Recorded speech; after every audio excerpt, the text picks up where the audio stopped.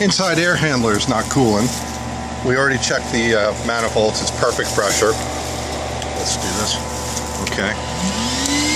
This is a commercial application.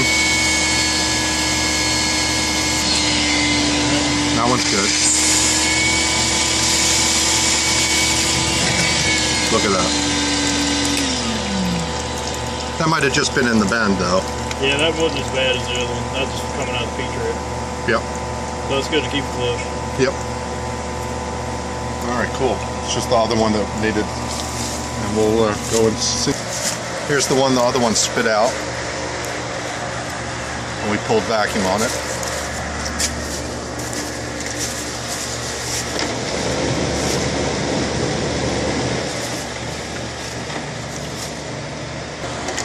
I'll tell you, the temperature's real hot on top. It's over 100 degrees, I would say.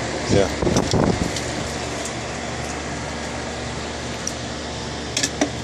Does that water thing actually work? Yes, it does.